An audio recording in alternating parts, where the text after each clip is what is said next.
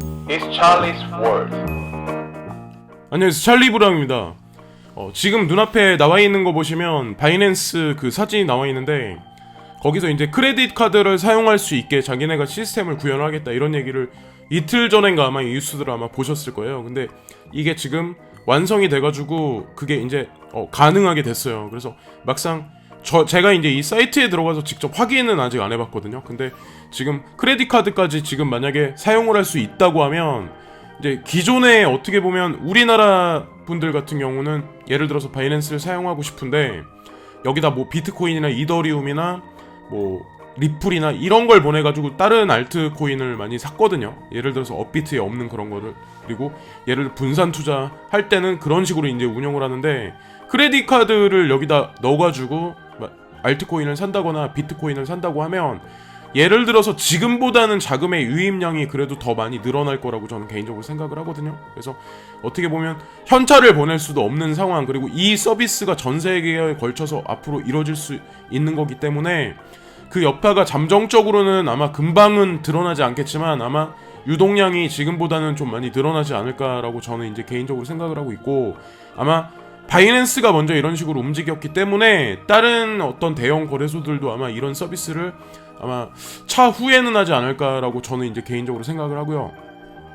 여기 나와 있는 거는 오미세고인데, 찾아보다가 이제 얘네가 이제 그런 거를 마케팅이나 아니면 기술적인 그런 거에 관해서 발표를 막 이렇게 종종 하지 그렇게 자주 하는 사람들이 아닌데, 여기서 뭐 큰 행사를 자기네가 뭐 참여를 한다 이런 얘기가 있는데, 에디콘 핵이라고 그래가지고 2019년도에 이제 거기에 이제 그거를 이제 행사가 진행이 되는데, 거기에 오미세고가 여기에 스폰서로 이제 참여를 하게 되고, 그리고 파트너로서 사실 참여를 하게 되는데, 여기서 진행하는 그 해커톤에도 자기네가 조율 중이다. 그래서 지금 여기 참가를 여러 방면으로 지금 하기 위해서 지금 준비 중인 것 같아요. 그래서 지금 오미세고를 투자하신 분들, 그리고 뭐 스텔라 루멘을 투자하신 분들도 예를 들어서 코인사 괜찮게 생각을 해서 내가 돈도 투자했고 신한은행하고 뭔가 있다고 그러고 다른 은행들하고 뭔가 있다고 생각해서 투자를 했는데 왜 이렇게 코인 가격이 왜 이럴까라고 말씀들을 많이 하시는 분들 많으시겠지만, 저는 이제 그런 생각을 하거든요. 개인적으로 이제 지금 뭐 예를 들어서 내 코인만 그런 게 아니라, 예를 들어서 어떻게 보면 전체 암호화폐 시장의 비트코인이 대장이고 부대장이 어떻게 보면 이더리움인데, 지금 현재 상황에서 이렇게 저렇게 애매모호한 여러 가지 규제나 어떤 뭐 정책 방향이 나오지 않은 상황이고, 그리고 제도권 수용에 관해서도 지금 어떻게 보면 일부러 세력들에 의해서 저는 시세를 눌러놨고, 약간 지금 어떻게 보면은 외줄타기 하듯 그런 어떤 살얼음판을 일부러 만들어놨다고 생각을 하거든요. 그래서 오미세고도 어떻게 보면 다른 코인들보다 되게 많이 떨어졌긴 하지만, 저는 제가 개인적으로 생각했을 때는 그것도 뭐 스텔라 루멘도 마찬가지로 다른 코인보다 많이 떨어졌더라고요. 보니까 30% 정도. 근데 보면은 저는 개인적으로 오히려 그런 것들이 오히려 더 큰 중장기로 봤을 때 오히려 더 큰 기회를 주지 않을까라는 생각을 개인적으로 하고 있거든요. 그래서 오미세고 행사가 향후 이제 있으니까, 이제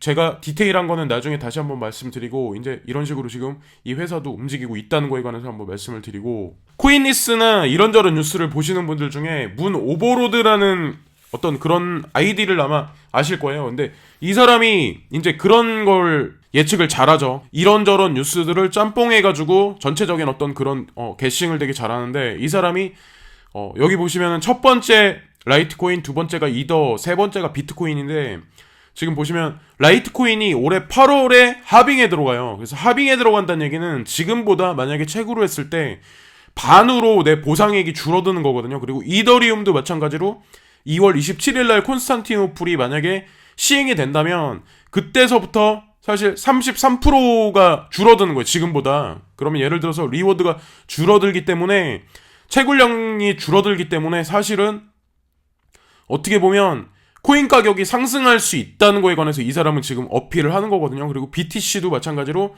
오버 이어라고 여기 나와 있는데, 이번 연도 5월 달부터 1년 후가 사실은 비트코인의 하빙기에 들어가거든요. 그래서 4년에 한 번씩 있는 하빙기인데, 지난 연도 이제 2016년에 5월 달부터 시세가 연말까지 되게 많이 상승을 했었어요.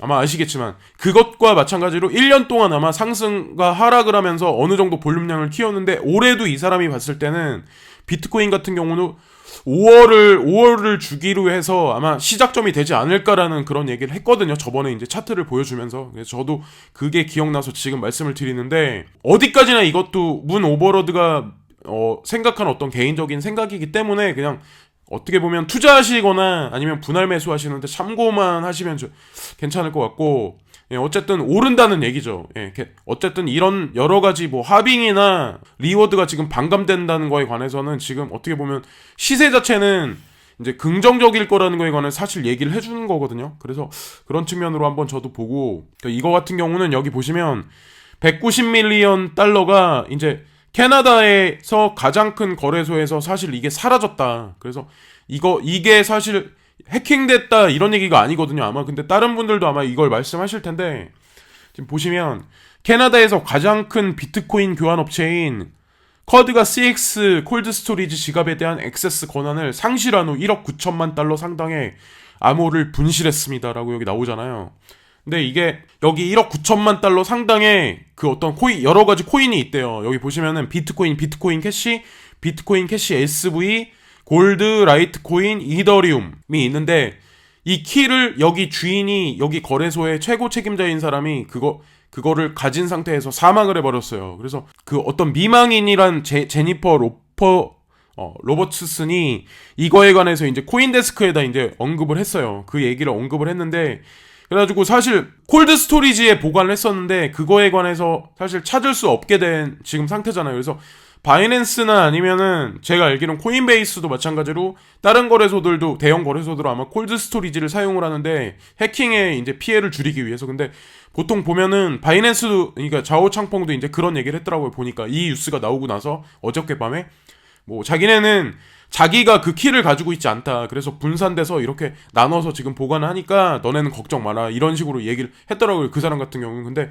지금 보시면은 여기 쿼드가 X 같은 경우는 지금 어떻게 보면 여기 메인 핵심이 되는 키를 갖고 있는 사람이 인도에서 지금 크론병으로 사망을 해가지고 그거에 관해서 문제가 돼서 거래소를 어떻게 보면 파산 전차를 겪으면서 이 거래소를 팔면서 그 자금으로 거기에 돈을 넣었던 사람들, 이제 크립토 암호 자산을 투자했던 사람들한테 보상을 해주겠다. 그래서 뭐 물론 차후 뉴스가 나오긴 하겠지만 어쨌든 지금 이런 일도 분명히 있었다는 거에 관해서 이제. 근데 우리 같은 경우는 어떻게 보면 쿼드가 X라는 데는 저는 모르거든요, 솔직히. 그래서 우리가 눈앞에 맨날 보는 거래소들도 이런 위험이 분명히 있긴 하지만, 예, 그래도 조심조심해서 이제 운영을 해야 되죠. 피싱 사이트나 아니면 이메일 같은 그런 것도 이제 조심해서 열어볼 때 개인적으로는 일단 그렇게 조심을 해야죠. 여기 보시면은 WBTC라는 게 요즘에 되게 많이 이제 이게 지난주 목요일 날부터 이제 이런 얘기가 되게 많이 나오기 시작했고 새로 생성이 되는데,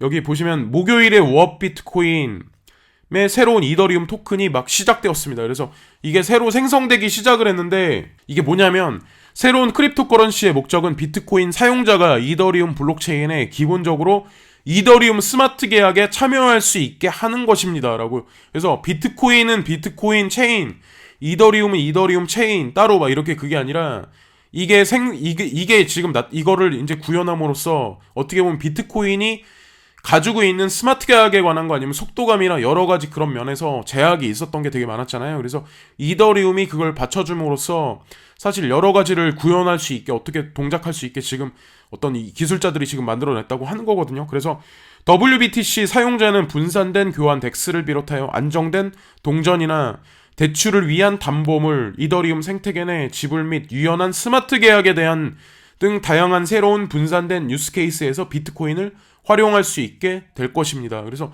비트코인이 예를 들어서 지금 ETF가 된다 안 된다 이런 얘기도 되게 많고, 속도가 느려서 어떻게 보면 암호화폐 조상으로서 지금 무덤에 그냥 잠자게 될 거다, 그리고 사라질 거다 이렇게 말씀하셨던 분들이 옛날부터 지금까지 되게 많았어요. 그리고 자기가 투자한 코인은 엄청난 가격으로 뛰어가지고 시총을 넘을 거다. 근데 그렇게 되지 않는 거에 관해서 제가 계속해서 말씀을 드렸는데, 이런 것도 사실 이런 게 만약에 구현이 되고 비트코인 캐시도 예를 들어서 플랫폼 코인으로 진화가 됐잖아요. 그래서 그런 것도 예를 들어서 지금 뉴스가 안 나오고 있는데 저는 그들이 뭔가를 지금 뒷구녕에서 뭔가 하고 있다고 분명히 생각을 하거든요. 비트메인이든 그 뒤에 있는 우지왕과 그 일당들이. 그래서 여기 보시면은 저는 이제 끝으로 이제 이 뉴스를 보면서 그런 말씀을 저는 이제 개인적으로 드리고 싶은데 예를 들어서 이제 비트코인이 예를 들어서 워비트코인은 이더리움 생태계를 돌아다니며 비트코인이 이를 뒷받침해주며 언제 어디서나 WBTC를 교환할 수 있으며 비트고는 카이버의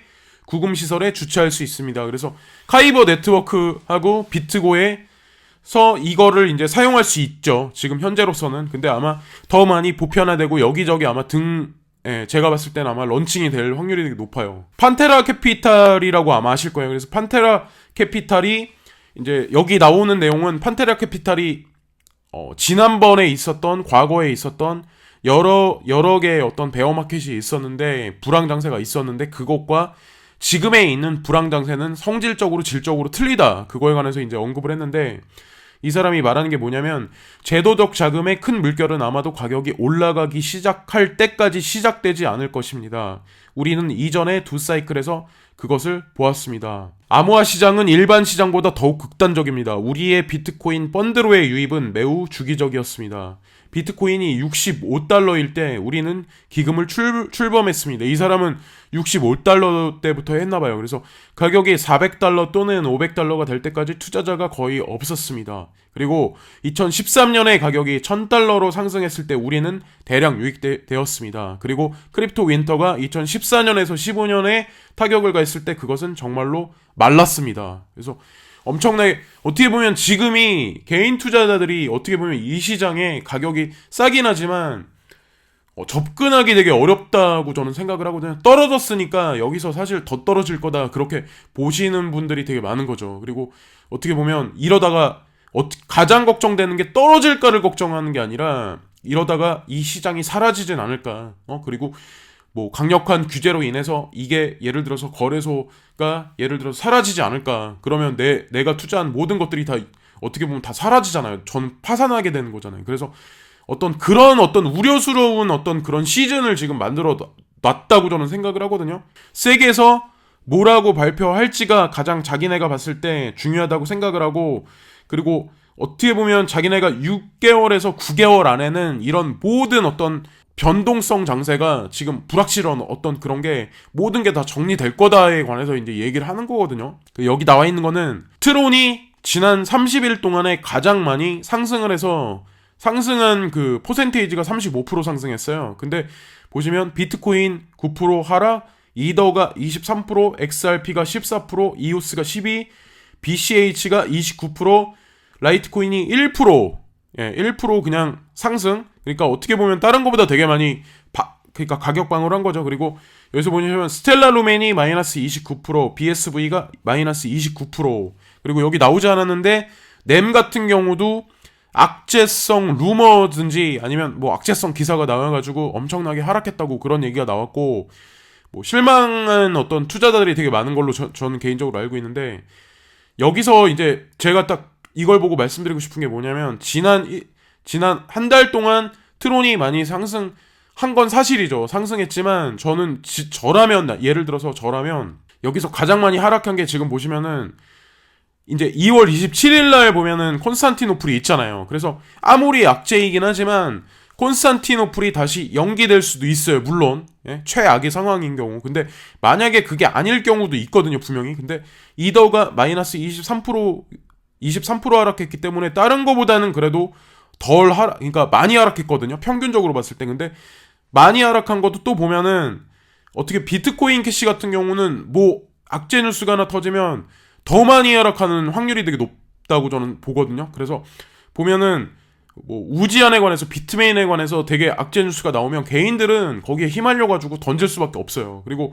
보시면 스텔라 루멘도 마찬가지로 딴 거보다 예를 들어서 전에 전저점을 사실 어떻게 보면 찍은 건 아니지만 거의 거기까지 갔었거든요. 그래서 보시면 원래 시세가 잘 안 움직이는 건데, 근데 저는 이제 이거를 보면서 어떤 걸 느꼈냐면 원래 이 코인 바닥이 뭔가 상승할 어떤 그 펀더멘탈이 앞에 있잖아요. 향후 한두 달간에 있잖아요. 그럼 예를 들어서 좀 많이 더 떨어뜨려요.